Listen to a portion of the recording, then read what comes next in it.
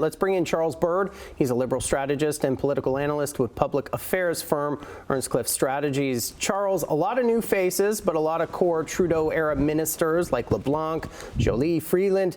What do you think of Carney's choices today?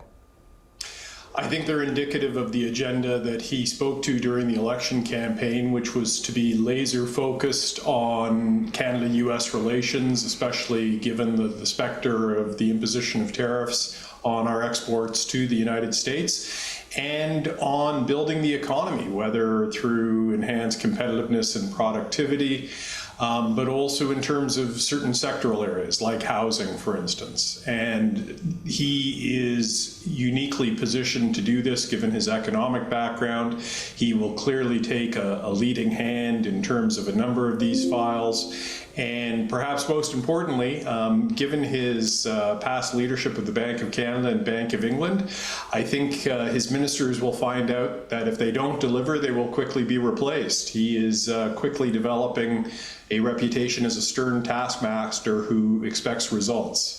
Now, you mentioned housing there. He's put first-time ministers in housing, immigration, and energy. Given the trouble that the Trudeau government had on those files, do you think Carney should have maybe chosen people with more experience, or is new blood a good thing? New blood is definitely a good thing and was absolutely necessary in the case of the formation of this cabinet. When Mr. Carney, when the Prime Minister appointed his first cabinet in mid-March, obviously he had the very Liberal MPs who'd been elected in 2021 or 2019 or 2015 for that matter. This time around there was a lot of new blood available and a chance to put a fresh stamp on the cabinet, and I think that's exactly what he's done. You mentioned the Minister of Energy or Minister of Natural Resources. That's a fellow by the name of Tim Hodgson, who was elected for the first time in the riding of Markham-Unionville, and he is definitely one to watch. He was a colleague of the Prime Minister at Goldman Sachs and was later recruited by the Prime Minister when the Prime Minister was with the Bank of Canada.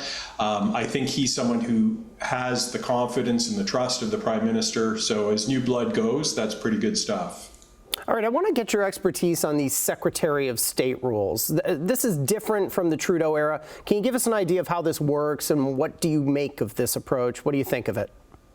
Actually, it's not different from the Trudeau era if you're thinking Pierre Trudeau, because if you go back all that ways, you'll find the Secretaries of State were quite common. And it is also a way for ministers in the sort of the 28 who form the main portion of cabinet. They can focus on the big picture sectoral stuff, while the Secretaries of State are really able to focus in on key areas where they're expected to make some meaningful progress on individual files. So it's actually not without a fair bit of precedent in terms of how our governance has happened in the past, and it'll be interesting to see if it can be applied this time. It is also, frankly, a testing ground for new ministers, and there's no shortage of them. I'll be particularly interested in Adam Van Koeverden, who's the new Secretary of State for Sport.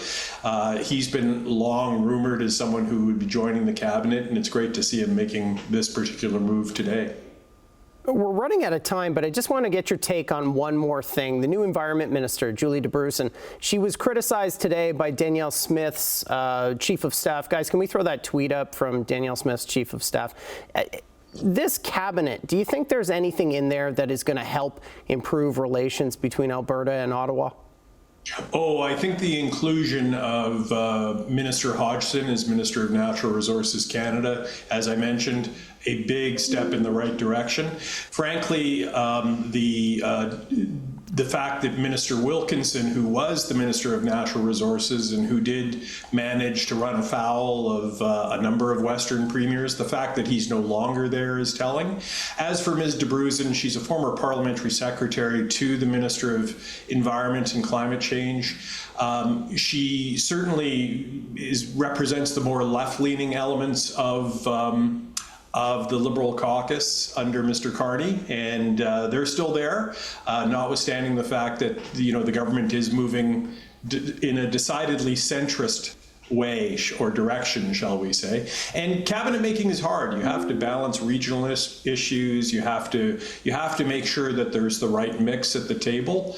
Ms. Debruzen has been outspoken in the past. I think she may be less outspoken now that she's a full minister of the cabinet and expected to adhere to government policy and the government line.